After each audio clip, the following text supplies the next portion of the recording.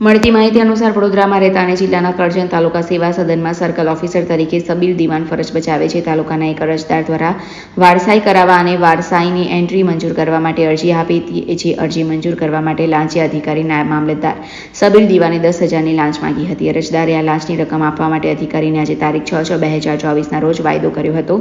જો કે અરજદાર આ લાંચની રકમ આપવા માંગતા ન હતા. અરજદારે વડોદરા લાંચ રૂશ્વત વિરોધી શાખાનો સંપર્ક કરીને સર્કલ ઓફિસર સબીર દિવાન સામે વારસાઈની એન્ટ્રી મંજૂર કરવા માટે ₹10,000ની માંગણી કરી હોવાની ફરિયાદ નોંધાવી હતી.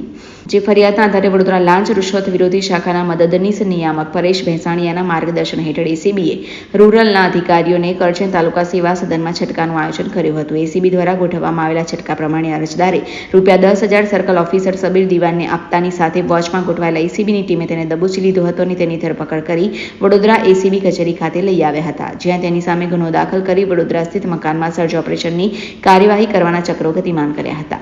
વડોદરા લાંચ રૂશ્વત વિરોધી શાખા દ્વારા કરજણ તાલુકા સેવા સદનના નાયબ મામલતદારને ₹10,000ની લાંચ લેતા ઝડપી પાડતા તાલુકા સેવા સદનમાં સન્નાટો વ્યાપી ગયો હતો. કહેવાય છે કે અધિકારી લાંચ લીધા વગર એક પણ કામ કરતા ન હતા.